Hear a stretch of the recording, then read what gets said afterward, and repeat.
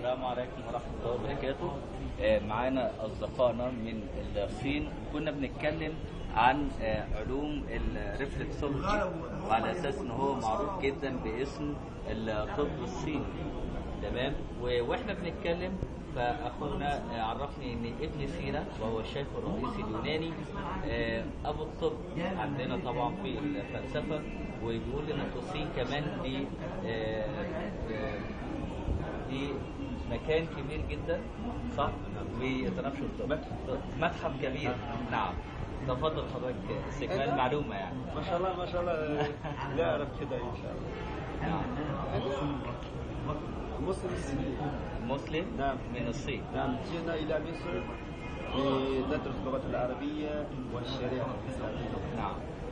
لأن اللغة العربية لغة القرآن ولغة الحديث. نعم. وكل الكتب الإسلامية يكتب بهذه اللغة. نعم. اللغة العربية أجمل اللغات وأصعب اللغات في العالم. الله أكبر. نتشرف بهذه اللغة أو بهذه الأمة. نعم. ولأن الشريعة الإسلامية شريعتنا والشريعة المحمدية. نعم. صلى الله عليه وسلم. وحاصل الشرائع الأنبياء في الدنيا إن شاء الله في الآخرة عند الله سبحانه وتعالى نحن نتشرف بهذه الشريعة. نعم. ويكتب علينا بهذه الأجور بهذه الشريعة. نعم. إن شاء الله نحن. لكن حضرتك في الأصل مسلم؟ نعم، من الأصل. جدي وجدتي أيوة. قبل 800 سنة من تركمانستان نعم. إلى الصين لدعوة الإسلام، ثم ماتوا في الصين. نحن ذريتهم. نعم. نتشرف. اسم حضرتك؟ محمد حنفي صيني. في قسم لغة عربية ولا شريعة إسلامية؟ الآن ما فيش قسم في المعهد الأزهري. المعهد إن شاء الله بعدين إن شاء الله. واسم حضرتك محمد؟ نعم. محمد. إن شاء الله أرجو من الدول العربية أن تعلم أولادكم وأصدقائكم بالإسلام. الإسلام حق من الأول إلى الآخر. الله أكبر. الإسلام انتشار هذه الأسلوب ده معجزات القرآن الكريم ليظهره على الدين كله وكفى بالله شهيدا. نعم. انتشار هذه الأسلوب سريعا في العالم ده حكمة الله في العالم، أو أسلوب المعجز القرآن الكريم في هذه الدنيا. إن شاء الله. أنا أحييك على هذا الجمال يعني، ما شاء الله عليك. أتعرف بحضرتك؟ الاسم؟ عيسى. نعم. وأيضا مسلم أبا وجدا. أيوة. نعم. أبو جد من الأصل كله مسلم الحمد لله. الحمد لله رب العالمين. من الصين أيضا؟ من الصين أيضا. منين في الصين بالضبط؟ منين؟ أي مدينة يعني؟ مدينة شنغهاي تاريخ. نعم. شنغهاي. نعم. شنغهاي. كويس. تحب تشارك معنا؟ تفضل. تعرف بيك؟ السلام عليكم. عليكم السلام ورحمة الله وبركاته. اسمك؟ حبيب. نعم. وتدرس اللغة العربية أيضا هنا في مصر؟ عربية شوية. حضرتك؟ اسمك؟ إبراهيم. نعم. ما شاء الله. حضرتك اسمك إيه؟ السلام عليكم. عليكم السلام ورحمة الله. جمال عيد. نعم. ومسلم من قد ايه، كم سنة؟ ولا من اول ما اتولدت في الاسلام؟ اصليا. نعم. وبقالك قد ايه في مصر هنا؟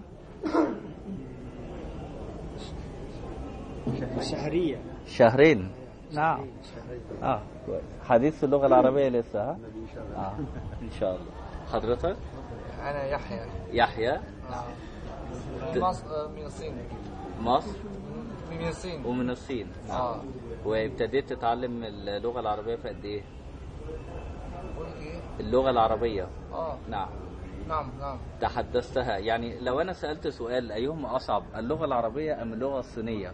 مشهور عندنا هنا ان الصين هي اصعب لغة. اللغة العربية أصعب من لغة الصين. أصعب من الصين.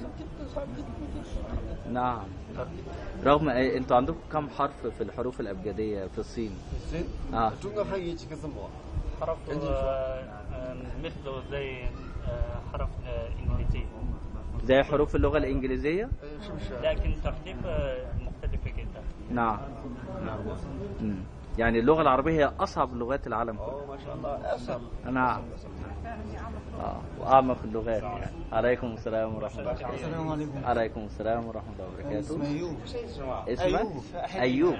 نعم. نعم. وبتدرس أيضا اللغة العربية هنا؟ نعم. وتعرفت على الإسلام والسنة المحمدية؟ شوية.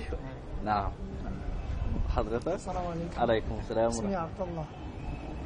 عبد الله. أهلا وسهلا بيك. أهلا وسهلا. أنت شرف لينا كلنا هنا في مصر كلها يعني.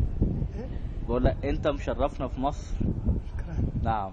وإن شاء الله طبعا كلنا لما بنتعلم الإسلام فإحنا بننشره في العالم كله، في مصر وخارج مصر وفي الصين. فأنت في بلدك رسول وتبلغ عن السنة المحمدية. نعم. أنا أحب أنا أكلمكم بقى في حاجة جميلة جدا. اتفضل حضرتك. اتفضل. هنتكلم عن الإعجاز العلمي في الصلاة والوضوء من الناحية الطبية. تمام. أو ما يعرف بهذا العلم الريفلكسولوجي. فعلم الريفلكسولوجي في اللغة الإنجليزية بيقولوا إن العلم ده من أيام الفراعنة من 2330 سنة قبل الميلاد. في خريطة متكاملة موجودة في باطن القدم وفي كف اليد. كل نقطة من هذه النقاط هي لها انعكاسات معينة في الجسم: الكلى، الكبد، البنكرياس، الطحال، هنا الرأس. نعم. فإذا كان هناك أي مشكلة في جسم الإنسان فتستطيع أن تعالج نفسك بهذه النقاط. هذا من أيام الفراعنة.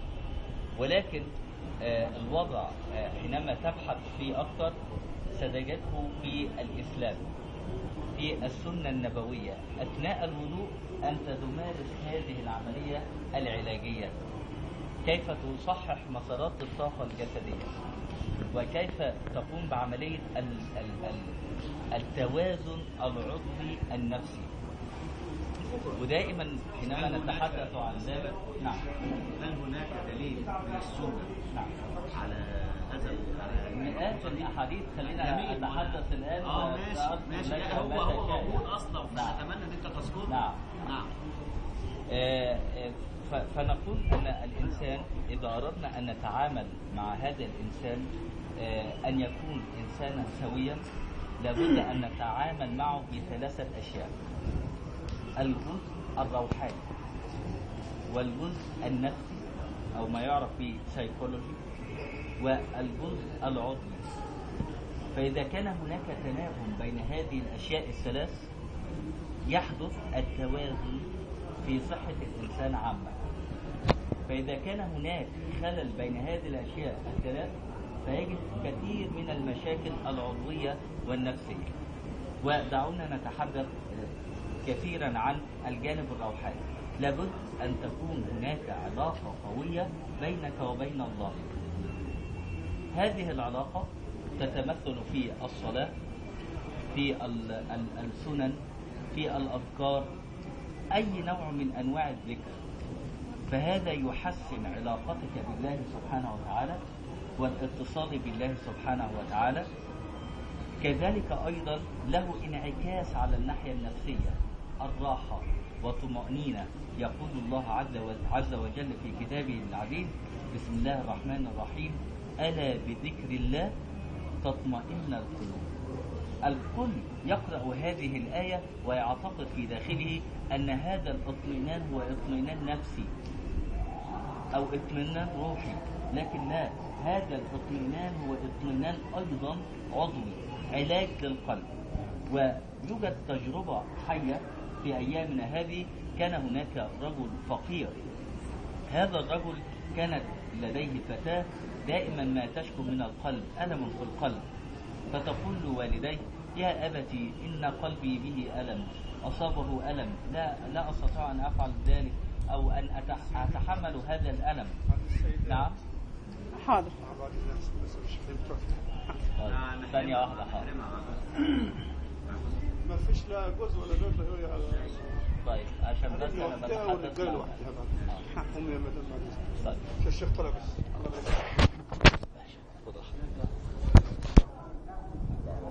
بس هناك هي جنب الحاجة بتاعتنا. اوكي.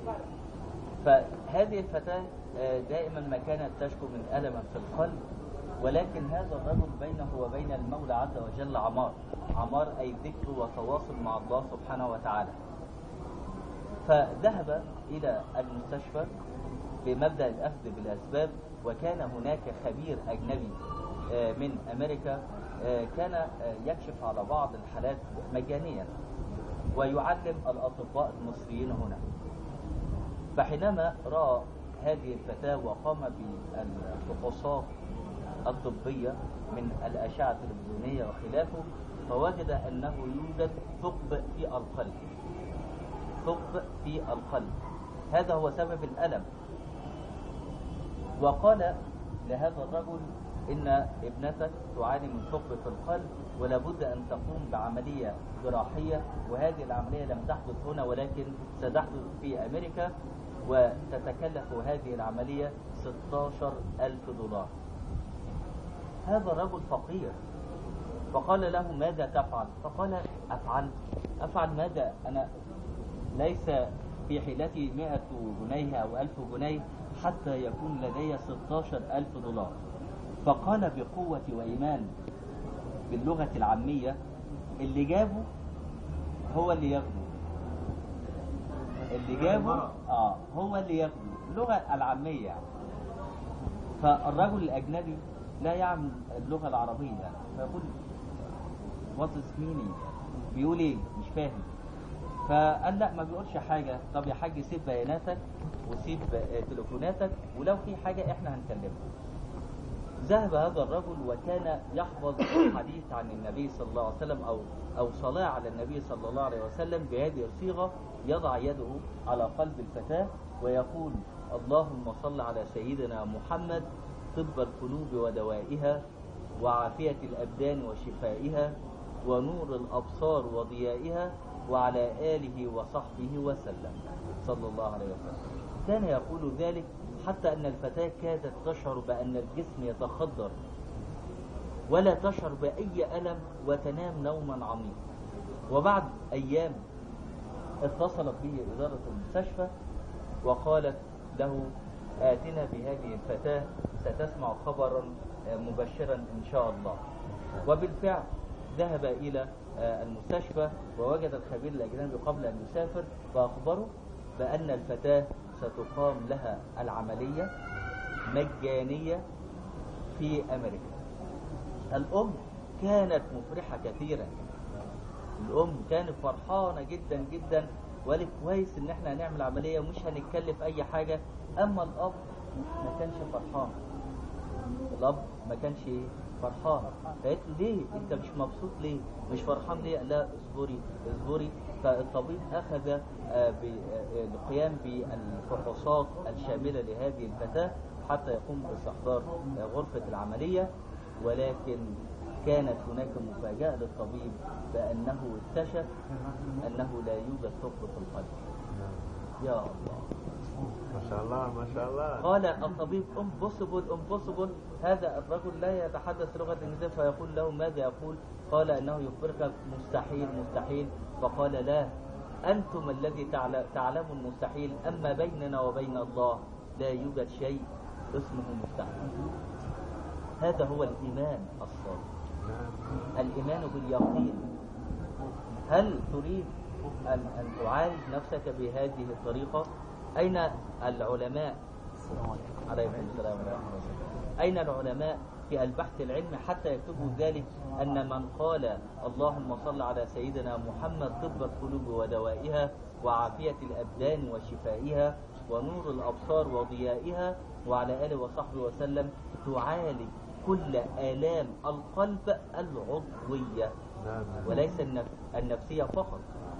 هذه الفاتحة تعالج كل نعم، دي أمور كثيرة جدا، ولكن نحن نتحدث يا سيدي اسمعني، أنا بتحدث عن تجربة فعلية. التجربة الفعلية دي سبب لها تجربة عكس ذلك. ماشي خلاص، بس فكل هذا يعد يقين بالله، العبادة بيقين، معرفتك بالله بيقين. في اليابان يتحدثون عن العلاج بالباور هيومن انرجي. انا طبيب خلي بالك، فبتكلم بس الجانب العلمي يعني. انا ما هو العلم اصلا مرتبط كله ببعض، مفيش فصل للاثنين عن الزوج. اسمعني عشان في الاخر تعرف ايه اللي انا هقوله، وهو ده استعجالنا احنا كمصريين. لا لا لا لا مش استعجال، لا تمام. فهنا بفضل الله تعالى في الباور هيومن انرجي او علوم الطاقه في اليابان يتحدثون ان هناك طاقه كونيه بتشرف في هذا الكون، لابد ان الانسان يتعرض لها. وهذه الطاقه من شانها انها بتقوم بتصليح كل ما في داخل جسد الانسان من مشاكل عضويه ومن مشاكل نفسيه. بحث العلماء أن أفضل هذه الأوقات ما هي؟ أوقات الصلاة الخمس. والزاوية يعني التي يتعرض لها هذا الإنسان زاوية محددة حتى يتلقى هذه الطاقة الكونية في اليابان بأيا كانت الديانة. فوجدوا أن هذه الطاقة وهذه الزاوية هي القبلة، قبلة الكعبة أو قبلة الصلاة المسلمين. وكان هناك عالمة أمريكية من الفلك، عالمة في الفلك، كانت تبحث في الكرة الأرضية. فنحن جميعا نعلم أن الكرة الأرضية هي عبارة عن جسم معتم ظلام، ولكن المفاجأة والإعجاز العلمي في ذلك أن وجد أن في الكرة الأرضية نقطتين بهم ضوء نور. فباستخدام التكنولوجيا الحديثة وحب ان هم يقربوا يشوف ايه النقطتين المنورين في هذه القطة من الظلام، فوجدوا ان النقطة الاولى هي الكعبة المشرفة، والنقطة الثانية هي مسجد رسول الله صلى الله عليه وسلم. الشاهد على ذلك ان كل شيء في الاسلام لابد ان نأخذ هذا الاسلام شكلا وموضوعا، باطن وظاهر، لابد.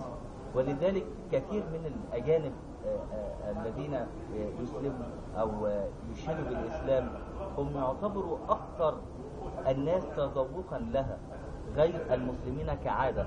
أنت الأب مسلم فأنا مسلم، وأحيانا لا يصلي أو لا يذكر أو ما شابه ذلك.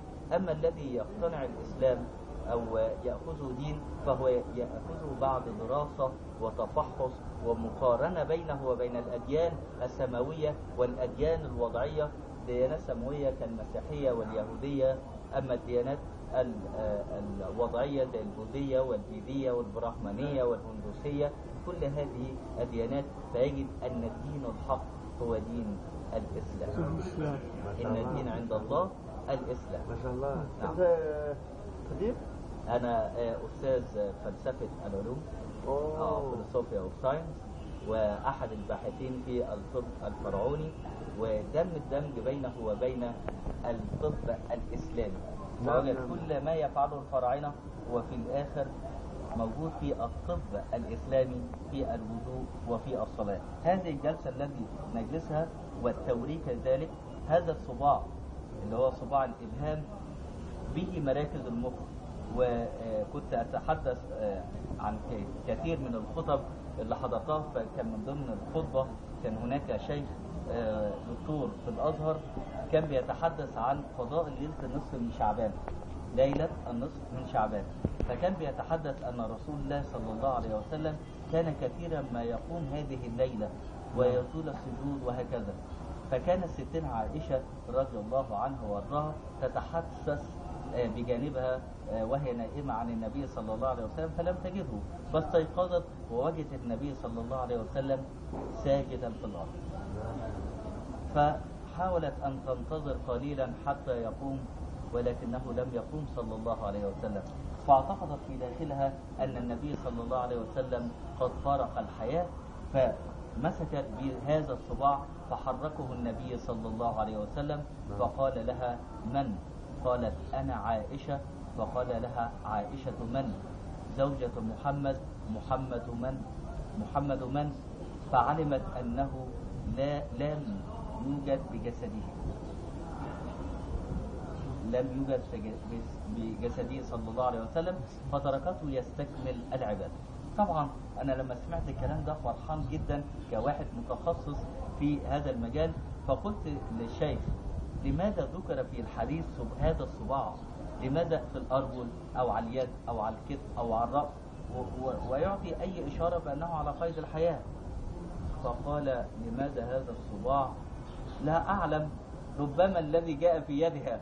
فطبعا قعدنا نضحك، لا طب مفيش حاجة اسمها اللي جاء في يدها كده صدفة، فكل حاجة هي ليها علامة وتدل على علامة. فعلمنا أن يقول بعض الأشخاص أن فلان مات إكلينيكيا. يعني ايه مات إكلينيكيا؟ التنفس شغال، دقات القلب تعمل، ولكن المخ توقف. فإذا لم الذي يعني نحاول أن نعرف إذا كان على قيد الحياة أم لا، إذا لم يستطيع تحريك هذا الصباع فنعلم أنه مات إكلينيكيا. هذا المخ قد توقف، لأن هذا المخ هو له القدرة أن يعطي الأوامر لكل شيء في الجسم من أعضاء أن تتحرك أو كل الأوامر نأخذ من المخ. فطبعا بعد ما علم ذلك فقال لي أنت أهل علما لذلك، وقلت له إذا لا تقل إيه اللي جه في إيديها، ولكن أعرفهم إن ده مراكز المخ في القدم. ممكن نشرح على قدم أي حد؟ خلاص رجليك كده؟ مد رجلك كده. أوكي. نيجي كده نبص مثلا على القدم معايا هنا اهو، هتلاقي هنا الصباع الكبير ده فيه مراكز المخ. كل قدم هي مسؤولة عن الاتجاه بتاعها. هنا فص المخ الشمال، هنا فص المخ اليمين، هنا الأسنان والجيوب الأنفية، هنا الفك، الكتف، العين والأذن، هنا القصبة الهوائية، هنا فقرات الرقبة. نيجي نبص هنا كده من الجنب هنلاقي ده العمود الفقري، والإنسان وهو واقف كده هو هيلاقي نفس الرسمة بالظبط موجودة في القدم. وهذه هي منطقة الرئة، الحجاب الحاجز. أما هنا الكلى والكبد والبنكرياس والطحال، واللي في النص ده هنا منطقة الأمعاء. تمام؟ أخلص بس الخريطة وأقول لك. أما الكعب هنا هو ما يخص الجهاز البولي أو عند الرجالة أو الجهاز التناسلي عند السيدات. ولذلك لدينا عادة هنا في مصر حينما يعني يتقدم إلى فتاة أو تعجبه فتاة فينظر إلى إيه؟ قدميها، وينظر إلى أين في قدميها؟ إلى الكعب. فإذا وجد هذا الكعب لونا أحمر هذا يعبر عن حالة صحية جسدية سليمة وسوية. أما إذا وجد بعض النفوءات أو الخشونة أو فهذا بيدل على انعكاسات معينة. وأنا بفضل الله تعالى أول مصري يقوم بعملية تشخيص الأمراض من خلال باطن القدم من أول المخ كده لغاية ضفر الرجل. برضك حاجة أقدر أقولها عشان الحق يقال أن الصينيين هم الأصل في ذلك، ليس من تاريخ العلم، هم تاريخ العلم فرعوني، ولكن هم استطاعوا أن يحافظوا على هذا التراث. حتى حينما كنت أدرس ذلك في كندا أو أمريكا أو أي خبير من خبراء في هذا المجال فيقولون أن الصينيين هم استطاعوا أن ينشروا هذا العلم بعد أن كان اندثر هنا في مصر، مثل فن التحنيط والألوان التي توجد على حالتها. حينما تقوم بزيارة القلعة ستجد أن الألوان مئات السنين ولكن كما هي بحالتها، ولكن لا يعلمون التركيبة الكيميائية لهذه الأشياء. تمام. وأنا سعيد جدا جدا بلقائكم. الله يخليك. وأنا سعيد جدا بكم. أنت في جامعة القاهرة؟ نعم، جامعة القاهرة، وأحاضر في قسم مخ وأعصاب في كلية الطب وكلية العلاج الطبيعي. ما شاء الله. الله يخليك. حضرتك احنا ممكن نعرف العلاقة بين المخ والصباع ده نعم. ولا هي تشريحيا؟ لا، هي كعلم تشريح أو الأناتومي يقال أن في القدم نهايات الأطراف العصبية زي الشجرة. تعلمون الشجرة إذا قمت بخلع من الأرض ستجد لها الجذور. نعم. الجذور هذه هي نهايات الأطراف العصبية عند الإنسان في القدم. فذكر أن هناك نهايات الأطراف العصبية 7200 نهاية أطراف عصبية من القدم. فحينما تضغط على كل نقطة هي لها انعكاسات معينة في الجسم تعالج بها الجلطة، هشاشة العظام، المفاصل، السكر، الضغط. يحصل توازن ليه لمريض السكر أو الضغط، لكن اللي معرض ان يجيله السكر أو الضغط لا يعملوا إيقاف ليها. طب نفترض ان احنا جينات وراثية. إعجاز العلمية، إعجاز العلمية. نعم. ده علم جديد، ده علم في الحاضر. نعم. ما شاء الله. ده الحمد لله. فكل شيء تستطيع أن تعالجه منه. عشان كده بنقول دائما راحة الجسد تبدأ بالأيدي، راحة الجسد تبدأ بالقدمين. دايما نقولها كده حكمة، نقول لك راحة الجسد تبدأ بالقدمين. زمان كده كان سي السيد لما يجي ويروح أمينة تحط له المية السخنة وتدعك له رجليه. كان سي السيد كده صح؟ في المجموعة دي نعم. لسه اللهجة المصرية أو العربية وما تعودش عليها. لا ما شاء الله، لا هم فاهمين كويس جدا. نعم. يعني الناس الكبيرة دي، لكن ما شاء الله، ما شاء المجموعة الله. الباقية كلها ده إعجاز العلمية. ده في كتاب التراث ما فيش هذه الأدلة. ده هذه الأدلة من القرآن والحديث مع الحاضر، مع الأدلة الطبية. نربط بين نعم، الصادر نعم. والدين، نعم، بين نعم. العلم والدين. نعم. هو دوت، لأن ده احنا خلاص ده دين مسلم به، ولكن أنت بالبحث العلمي اثبت ذلك. ده العلماء اللي اختاروا أحدث التكنولوجيا في الوسائل الكيميائية عشان يطهروا طبق كان فيه كلب. فيجي يعملوا فحوصات يلاقوا الفيروسات موجودة والجراثيم موجودة ويغسلوه مئات المرات. ولكن هناك حديث عن النبي صلى الله عليه وسلم صلى الله عليه وسلم وعليه وصحبه أجمعين. 7 مرات إحداهن بالتراب. ف7 وإحداهن بالتراب. فقالوا طب نجرب الكلام ده. فلما جربوه لقوا وحطوه تحت الفحوصات. حاجة ثانية زي مثلا حديث النبي صلى الله عليه وسلم إن أراد الرجل أن يعاون زوجته يتوضأ وضوء للصلاة ذلك أنشط. نعم نعم. برافو عليك. الله يكرمك. صح برافو عليك. صح. أنا بقصد شيء حتى يعني والعقدة على الراوي كما قرأت. 你会你说的你还是可以吧？你会出错的。 الشيخ محمد الدولش راوي رحمه الله عليه كان عالج في أمريكا أو في لندن الله أعلم، ولكن من عاصمة أمريكا يعني كان قرأت الخبر. وحدث خلط بين زوجتين وامرأتين وضعت كل واحدة منهم مولود. واحدة وضعت أنثى والثانية ذكر، وحصل اختلاط ولا يدرون من أم الولد ومن أم الولد. فحصلت هرج ومرج في المستشفى إلى أن وصل الخبر إلى الشيخ الشعراوي رحمة الله عليه، فجاب لهم الدليل من القرآن الكريم من تقسيم الميراث الذكر مثل حظ الأنثيين، وإن هم يعملوا تحليل لثدي المرأة دي وثدي المرأة دي اللبن اللي هو الطفل. فوجد فعلا إن في نسبة ما بين اللبنين، فعرفوا مين أم الذكر. يعني ده باختصار. ما شاء الله. فاهمني؟ فطبعا القرآن دائما يجدد، ولذلك انا دائما بيصف القرآن مثل الفتاة البكر. نعم. لكل عصر جديد. ولذلك انا بقول لكل انسان ان اردت ان تستدل او تكلم الناس في شأن او في امر فاستدل بآيات الله وسنة رسول الله صلى الله عليه وسلم. لان يعني انا متمسك بنقطة واسأل الله عز وجل ان احافظ عليها حتى ابقى وجه ربي. ان الحق النبي صلى الله عليه وسلم في حجة الوداع قال قول لو علمه كل مسلم لتمسك به تمسكا شديدا.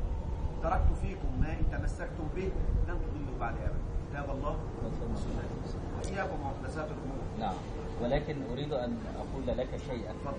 إذا كنت تتحدث مع غير المسلم وقلت له قال الله وقال الرسول فأنا لا أؤمن بما تقول. ولكن لابد أن تتحدث معه علميا ماديا، وحينما يؤمن بذلك فتقول أن هذا في الإسلام قال الله وقال الرسول، سيقول لك أشهد أن لا إله إلا الله وأشهد أن محمدا رسول الله. تفكرنا في الصين كانوا أكثر الناس يعبدون الأصنام يعبدون الأشجار ولكن نحن ندعوهم إلى الإسلام. يا أخي الله سبحانه وتعالى قال الله تعالى في القرآن من الله من محمد. ولكن ده يجب علينا أن أقدم عليكم الأدلة العقلية. ما شاء الله هي جزء الماديات ولكن بحذر لأن برضه في حاجة أنا أتذكرها من الستينيات. يا أستاذ دكتور مصطفى أنت محمود في جامعة القاهرة؟ نعم.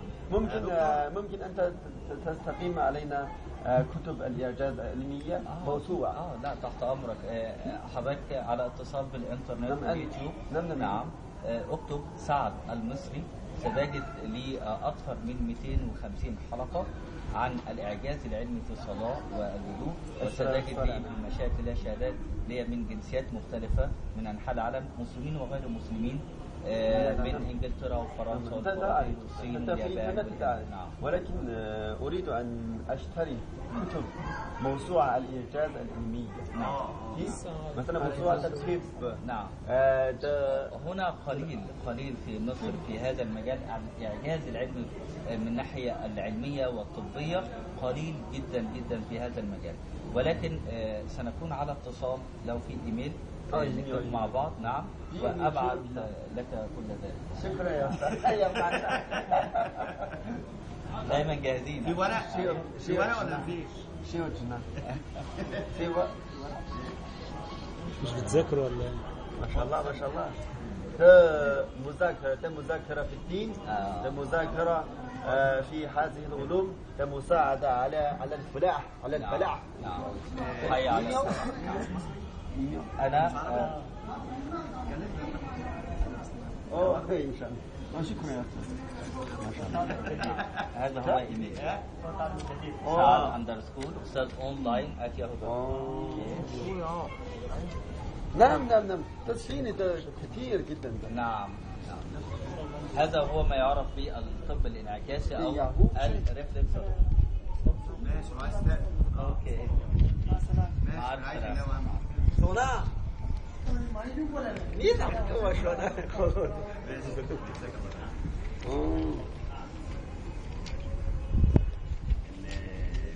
خلي بالك يا دكتور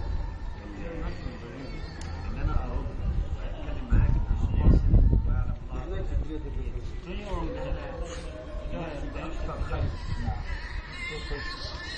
اتكلم عليك يا وش الإعجاز العلمي الله خالص. لا هي القضية كلها بس لازم نفهم الأمر كله من الأول، بعد نستمع كويس جدا جدا، بعد كده نتناقش. أنا بقى اتعودت على حاجة إن أنا بلحق. ما هو أنت ممكن اللي أنت هتقوله أنا هقوله، بس أنت بتسبق مثلا. مش بستعجل. تمام؟ مستعجل جدا يعني. تعالى بقى إيه؟ تعالى نشخصك بقى. تسبق. ماشي؟ تعالى.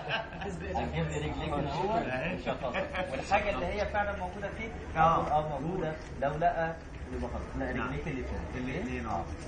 يلا نشوف كده اهو. حمار الطبيعة. احنا قلنا هنا في مراكز الايه؟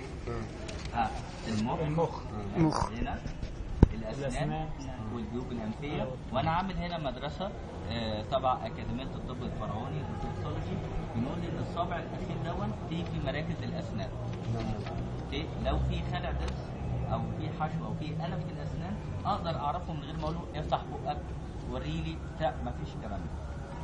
وهنا الكتف، الرئة، القصبة الهوائية، فقرات الرقبة، وهنا العمود الفقري، هنا الحجاب الحاجز اللي هو الجهاز التنفسي. نعم. هنا ستومك المعدة. نعم. الكلى والكبد والبنكرياس والطحال. الكعب ده الجهاز البطني. نبدأ بقى نشخص نشوف هو عنده ايه. دايما بنقول كده الوجه هو مراية الحالة النفسية. مراية الحالة النفسية. إذا نظرت إلى أخي محمد سأعرف من وجهه إذا كان في حالة انبساط أو كان متضايق من الوجه. نعم حافظ. نعم. أما القدم هي مراية الحالة العضوية. القدم مراية الحالة العضوية تظهر لك التاريخ المرضي للإنسان كله. طيب اسم حضرتك ايه؟ نصر. نعم. الأستاذ نصر، في هنا ستريس في المخ. ضغط يعني من النوع اللي بينام جسديا، لكن دماغه بيجي بالليل كده يجيب اليوم من اوله الى اخره، بيفكر كتير جدا جدا، في هموم اوفر شويه عنده من غير ما نخش في تفاصيل، بس دماغه مشغوله جدا. صح ولا غلط؟ تمام. عندي الرئه هنا مش نقيه، وده بيدل على حاجه، يا اما عايش في اماكن فيها تلوث كتير او مدخن. لا مدخن كده. تمام ما شاء الله. طيب عندي الفك دون كده في خلع ضرس او حرف. ايوه في خلع. والناحيه الثانيه مظبوط. انا ماشي معاك اهو. عندي الم بيسمع عندي هنا ماسك نص الظهر كده متناسب لتحت، بيبان مع المجهود اكتر. في عسر هضم في المعده، وعندي مشكله فيها املاح شويه، ونسبه الاملاح عاليه شويه عندي في البول. مظبوط الكلام دوت؟ نعم نعم. بسم الله ما شاء الله. ما شاء الله ما شاء الله. في عندي عين اكبر من عين. نعم نعم. انا شوف انا ما شاء الله. عجيب نعم. اوكي فحضرتك تيجي جنبي هنا عشان نبص على الوسط. مصرية أنا سنية. ايوه مختلفة كله. طيب الاثنين الاثنين قدمين. نعم. لان دي مسؤولة عن العين اليمين، هنا العين الشمال، الرئة اليمين الرئة الشمال، كل شيء مسؤول عنه. اوكي طيب سيبها خالص، ريلاكس خالص، ريلاكس. ايوه أنا مدخن؟ مدخن؟ لا عارف؟ بس مش تدخين، لكن هو في حساسية ضد الأدخنة، يعني لو شميت دخانة أو تراب تلاقي. مظبوط؟ نعم.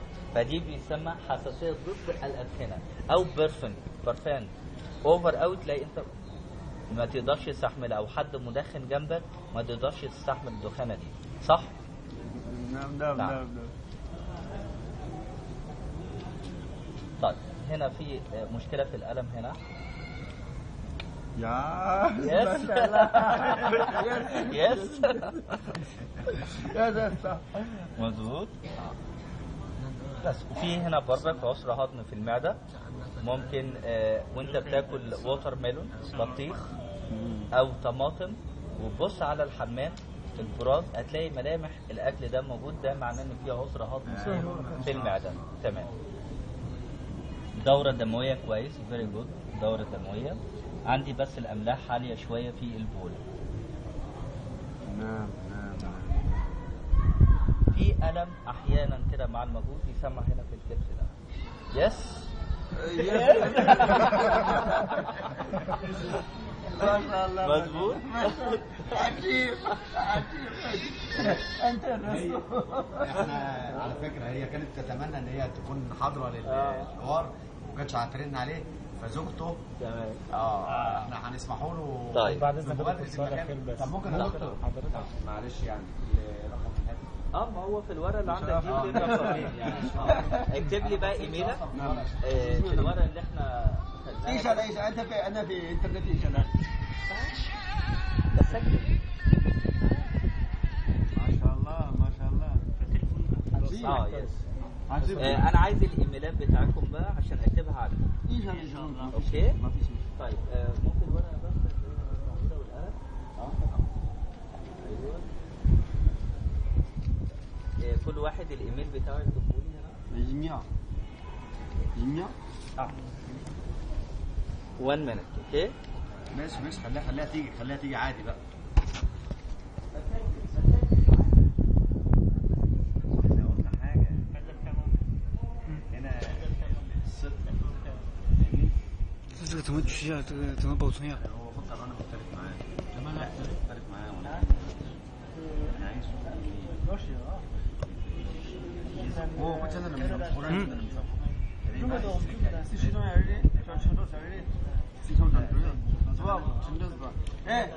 الإعجاز موجود في القرآن. في أسنان. نعم كل يوم. نعم عند الفجر انا اريد ان اتبلغ ولكن ما شاء الله يعني هم مسلمين. بس دي قدم صيني عارفها ازاي؟ ما شاء الله. كلكم مسلمين يا شيخ؟ طيب عايز اعرف بقى رايك انت في العلم دون والتشخيص. طبعا عربي يعني. ما شاء الله ده عجيب عجيب. ده نعمة الله عليك خصوصا عليك الله يكرمك. خصوصا جدا. نعم. ده ولكن ده ما فيش علامة مشكلة ده أسناني ده أنت شفت أنت مش متخن. نعم أنا لا أتخن أبدا. نعم. التدخين ده حرام شرعا. نعم. لا أتخن إن شاء الله. جميل. ولكن كيف عرفت ذلك؟ نعم. تعرف ليس متخن ما شاء الله. كل يوم عند الفجر أنا أريد أن أتوضأ ولكن ده مش تتألم. ولكن أنت في ده ولا في أسنان في ده. يا نعم. في أسنان كبير. أيوة. ده مشكلة كبير. اهو. وين؟ ما في سلامة ما في سلامة. ما شاء الله ده عجيب. ده عجيب جدا. الحمد لله. لا تعجب انها قدرة الله عز وجل. نعم نعم. ده حكمة. ده مصرية. نعم. لا أعرف هو مدخن ولكن أنا مدخن. أوهم. نعم. انا اقر. نعم. اقول له لا. نعم. ما شاء الله. عجيب. الحمد لله. عايز طب عشان الناس الصينيين ممكن لو شافوا الحلقة دي على اليوتيوب يفهموا الكلام ده بالعربي، فحضرتك هتقول كل اللي حضرتك قلته لي بس باللغة الصينية عشان الناس اللي تشوف ده على النت يشوفوا ويفهموا. إن شاء الله. اوكي اتفضل. إن شاء الله. ما شاء الله. ده في إنترنت. يس. في إنترنت. يوتيوب. إنترنت مشكلة كبير. مشكلة. لا انا عايز اللي انت قلته بالعربي رايك تقوله بالصيني. بالصيني. بالصيني. نعم. ده في الصين لغة الصين. نعم. اللغة العربية صعبة جدا. اوكي. 其实这也不是什么按摩学，也不知道这是什么力量，也不知道他是怎么知道我这个牙齿呀，还有我这个肩膀呀，还有我不抽烟的这些事儿。他一看我的脚，就知道我那个牙齿疼，还有我这个肩膀疼。我根本就不敢相信，他从这个脚，他怎么能看出我那个就是身体上那个存在的这些病症呢？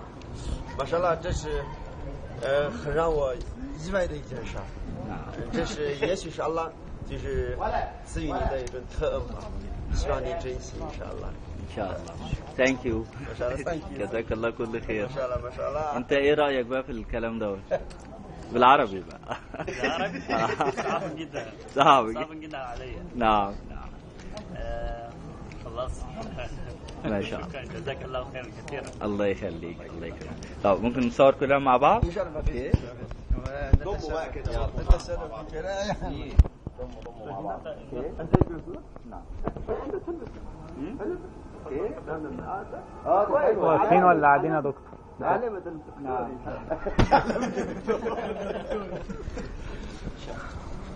يا شيخ نعم. نعم. اتفضل. ارجع ورا انت شويه وانت عاجبك كلنا. طبعا انا بقدم كل الشكر لاخواننا في العالم كله خصوصا في الصين، وانا طبعا ارفع القبعه عليهم احتراما وتقديرا لان هم اللي قدروا يعرفونا التراث الفرعوني الجميل جدا، وقدروا كمان يعرفونا ان ازاي من خلال القدم نعرف كل حاجه في جسم الانسان، وهم بصراحه اللي لينا الشرف ان احنا نتعلم منهم مع ان هو اصلا فرعوني. عشان كده هم حتى في لغات العالم كلهم بيقولوا the reflexology is an old pharaonic treatment، ان الطب الانعكاسي هو علاج فرعوني قديم، ولكن قدر التراث الصيني والحضاره الصينية تحافظ على هذا التراث وتنقله لكل شعوب العالم. فأنا أشكرهم كثيرا جدا جدا وأحييهم تحية طيبة من جامع الأزهر الشريف من مصر، والسلام عليكم ورحمة الله وبركاته.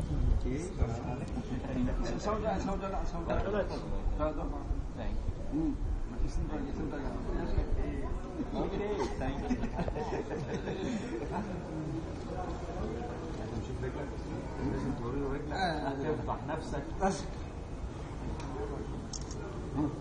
ما شاء الله ما شاء الله.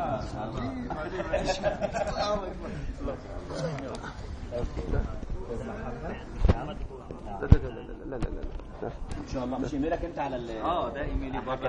يا استاذ ان شاء الله. Thank you very much.